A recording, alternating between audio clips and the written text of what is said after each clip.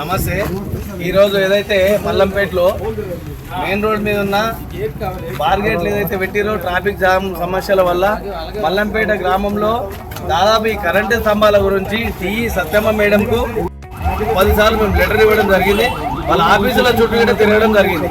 కానీ వాళ్ళు ఇక్కడ ఇంతకుముందు ఒక కరెంట్ పోలు తిరిగిపోతే మన ట్రాఫిక్ సిఐ సార్ గారు వచ్చి దగ్గరుండి కరెంట్ వాళ్ళని పట్టుకొని ఒక పని చేయించాడు. ఆ లోకల్ కరెంట్ ఇక్కడ సంబంధించిన వాళ్ళని పట్టుకొని మరి వీళ్ళు ఏమన్నా అంటే మా లెవెల్ ఉంది, వాళ్ళు ఏదంటారు. మరి మీ సత్యమ్మ మేడం లెవెల్ ఉందా లేకుంటే రమేష్ మేడం లెవెల్ ఉందా పట్టించుకోరు. ఇప్పుడు చూడు ఖమ్మం ఇరిగిపోయి దాదాపు పొద్దున స్కూల్ పిల్లలు పోయే టైంలో ఇది ఒక కరెంట్ పోల్ ఇరిగిపోయింది. ఇక్కడ పక్కనే ఒక కాలేజ్ ఉంటుంది, 1000 మంది ఇక తిరిగే ప్రయాణికులు తిరిగే సమస్య ఉంటుంది.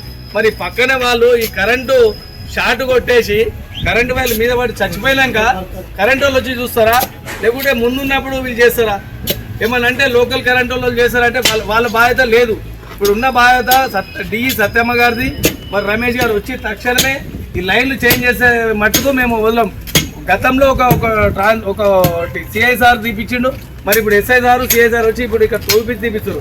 మరి వీళ్ళతోనైనా సహకరించి కొద్దిగా ఉన్న స్తంభాలని 5 ఫీట్లు కానీ 10 ఫీట్లు కానీ జరిపినట్లయితే కొద్దిగా ట్రాఫిక్ సమస్య ఇబ్బంది అవుతుంది.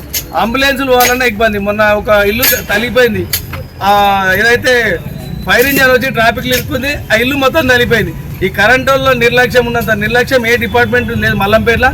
తక్షణమే డిఈ సత్యమ్మ గారిని వచ్చి మరి ఈ లైన్ క్లియర్ చేసి కనీసం మినిమం ఒక 5 ఫీట్ల లోపలికైనా వాతూరి ఉన్నది ప్లేసు మొత్తం లేదంటే కాదు, ఒక 5 ఫీట్లో ఒక 6 ఫీట్లో జరిపి వాతే కనీసం పోయే వెహికల్ పోతాయి.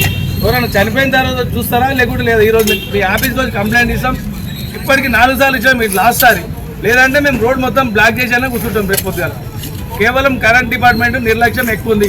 అన్ఆఫీషియల్ వాటికి ట్రాన్స్ఫార్మర్లు ఇస్తారు, అన్ఆఫీషియల్ వాటికి మీటర్లు ఇస్తారు, కానీ ప్రజలకు సంబంధించిన వర్క్ల మీద మాత్రం వాళ్ళకి శ్రద్ధ లేదు.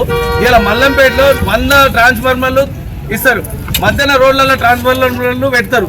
ఆ మధ్యాహ్న రోడ్ల ట్రాన్స్ఫార్మర్లు పబ్లిక్ ఇష్యూ కోసం పెడతారు తప్ప ప్రజల కోసం చేసే పని లేదు. మీరు ఈ అన్ఆఫీషియల్ బంద్ చేసి ఫస్ట్